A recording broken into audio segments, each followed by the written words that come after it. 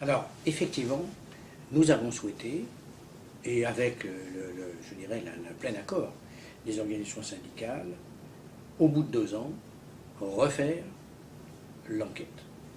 À peu de choses près la même, on l'a même enrichi. Donc on a gardé toutes les questions et on en a même fait plus. C'est une grosse enquête, hein, c'est 180 questions, c'est à peu près une demi-heure pour la remplir. Et en plus, nous l'avons généralisé à l'ensemble de nos sites d'ingénierie, 15 000 personnes. Et par contre, j'ai souhaité que ce soit la direction qui fasse l'enquête, en totale transparence avec les organisations syndicales, mais je considère que ces sujets psychosociaux, c'est à la direction de les assumer. Et je ne souhaite pas que ce soit fait dans le cadre d'une expertise de CHS. C'est à nous. C'est les problèmes de l'entreprise, il faut que l'entreprise les prenne en main. Alors, premier indicateur intéressant, 70% de réponse.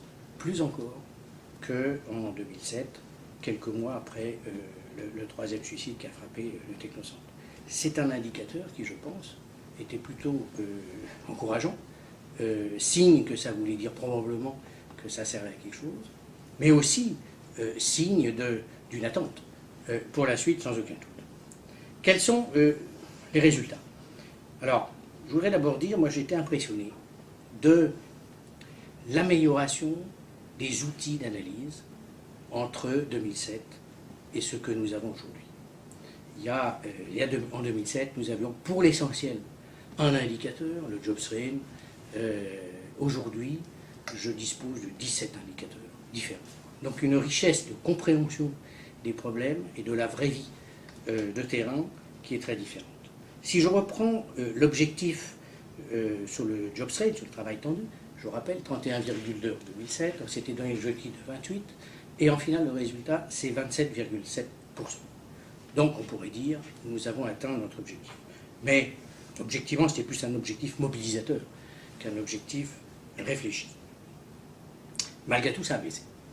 Et ce point est un point clé parce que pendant ce temps-là, ça a été la crise de Covid, ça a été un moment extrêmement difficile, sans aucun doute pas neutre sur les aspects psychosociaux.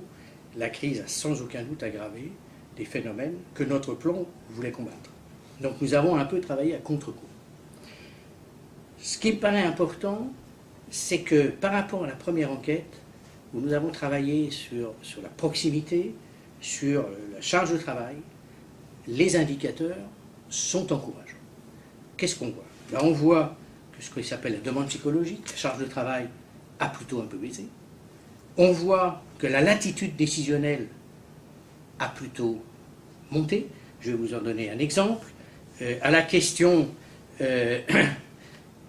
pouvez-vous prendre des décisions vous-même pour votre travail, on est passé de 68% de oui en 2007 à 76% de oui en 2009.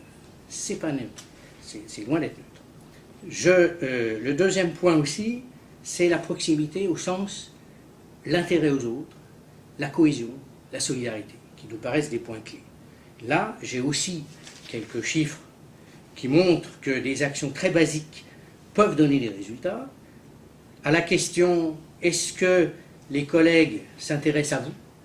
La réponse était de 63% oui, elle est passée à 86% oui. C'est pas négligeable du tout. Et à une autre question, votre supérieur est-il concerné par le bien-être de ses salariés? On est passé de 67% de oui à 73%. Alors, j'allais dire, ça se mérite, il y a beaucoup de travail derrière. Mais en même temps, c'est des questions, comme vous l'imaginez, très basiques, et qui montrent qu'avec des formations, avec des messages qu'on enfonce à longueur de journée, avec des conseils de jugement, vous arrivez à faire décoller ce genre de sujet. Je vous ai dit tout à l'heure, nous avons pris les mesures pour baisser la charge de travail et les horaires de travail qui sans aucun doute étaient excessifs. Je vous donne un exemple. Par rapport à 2007, les gens qui déclarent travailler en moyenne 9 heures et plus par jour sont passés de 67% à 41%. C'est pas rien. Ça fait 26% de moins. C'est un quart de la population qui baisse. Alors vous allez me dire, il reste 41%. De même sur les autres. Oui, mais il reste beaucoup de travail. C'est pour ça qu'on ne peut pas être totalement satisfait de cette enquête. On ne peut que se dire que c'est encourageant. Je dirais aussi, sans aucun doute, on voit des thèmes sur lesquels nous avons moins travaillé, parce que ça nous paraissait moins urgent, et qui soit restent des thèmes à problème, soit sont plus même s'aggraver. Je pense à des problématiques comme le respect, problématiques liées à l'estime, problématiques liées à la reconnaissance, et puis bien sûr, ça c'est la crise, mais ça n'empêche, il faut faire avec, c'est tout ce qui a rapport avec l'instabilité socio-économique, où on voit bien la peur qu'ont nos salariés sur l'avenir, sur l'avenir de leur métier, etc.